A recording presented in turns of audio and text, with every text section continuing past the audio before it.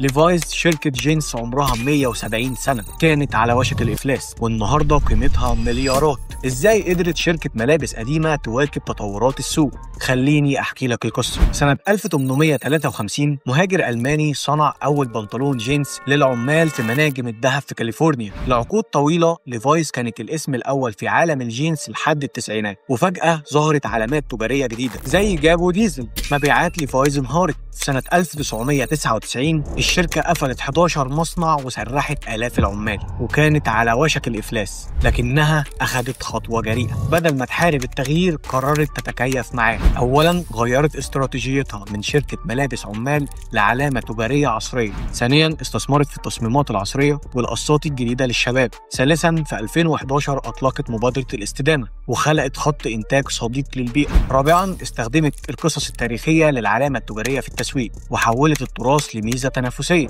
خامساً اتحولت للتجارة الإلكترونية وأطلقت تطبيقات للموبايل بتساعد العملاء إنهم يلاقوا المقاسات المناسبة، والنتيجة عادت ليفايز للصدارة وبقت نموذج للتكيف مع تغيرات السوق. الدرس هنا: السوق ما بيرحمش الشركات اللي ما بتواكبش التطور، لكن اللي بيواكب التطور بيعيش ويزدهر.